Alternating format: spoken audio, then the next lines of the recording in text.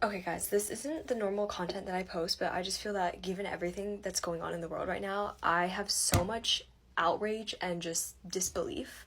My parents immigrated to the United States at the age of 30. They came from nothing. I grew up on food stamps, and they just pushed so hard this idea of obviously the American dream. Like, America was painted as the land of opportunity and of hope.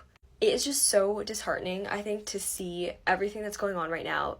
The Epstein files, like, I go to school at Harvard, and it is something that's not talked about enough, that one of our professors literally was incriminated, like, by the files, and it was just not discussed by the school at all. The fact that our nation's biggest, like, most famous political leaders, business leaders, etc., are being incriminated for trafficking, and it's just they're allowed to maintain their positions, there's no scrutiny, and there isn't as much public discussion about it, is like, it just doesn't make sense to me. And I feel like it just really cements, especially in young people's minds, that if you are in a position of power, you can essentially get away with anything. If you have money, you can get away with anything. Not to mention what is going on with ICE and the shootings that are happening, not only in the US, but also recently the school shooting in Canada is horrible. The 2-year-old being sent to a detention center, like, seeing all these families being broken up is so heartbreaking. Like, put politics aside, children are dying, innocent people are dying. And I feel like people forget that it's a ripple effect, you know? Like, it's not only the person who dies that's affected, but it's their loved ones, it's their entire community. Something like the Brown shooting, I feel like, was not even talked about. Like, we just kind of glossed over it compared to other school shootings. I have friends who go to Brown and who were affected or had their friends personally affected by the shooting because they lost their sister or a sibling. And I can't even imagine the trauma that they must be going through being in a space and having to go back to school at Brown.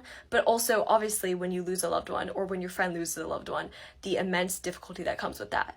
I've also read so much on Alex Priddy and his parents and what they have said, and it's just, I feel for them so much. I can't even begin to imagine what the residents in Minneapolis must be feeling, but also on a broader scale, anybody who's affected by the immigration policies and all these, like, contentious events. And I know, just speaking from my generation, talking to my friends, like, it is so hard to feel like there's any hope for our world. It's so hard to want to go into politics or go into government after witnessing everything that's been going on. It's so hard to, like, want to continue nonprofit work or social impact work because you feel like no matter what you do, like, nothing's gonna make a difference. But that's why, like, I believe so heavily that we cannot give up. And, like, as a generation, like, we have the power of social media. So, like, the most important things that you can do, I really urge you, is to, number one, at least raise awareness, like, post about issues that you care about, do your homework, try to read up as much as you can on current events, and repost, reshare. Depending on where you're located, definitely pressure your elected officials and make them aware about the oversight of ICE and federal enforcement. Participate in peaceful protests or community events. Support immigrant and civil rights organizations.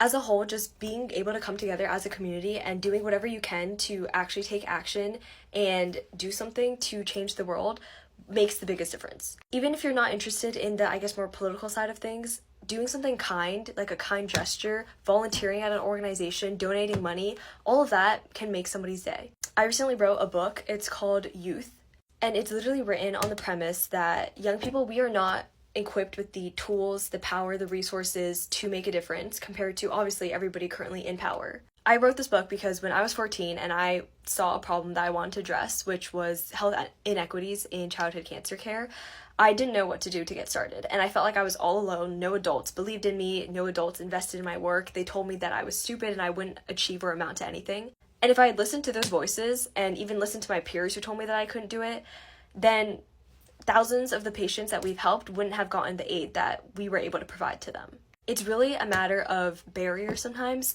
and Youth, I wrote it because I really wanted to provide young people who were in my shoes, who were clueless and frustrated and felt hopeless, with the toolkits, the checklists, the resources, even the leadership mindset to actually make a difference.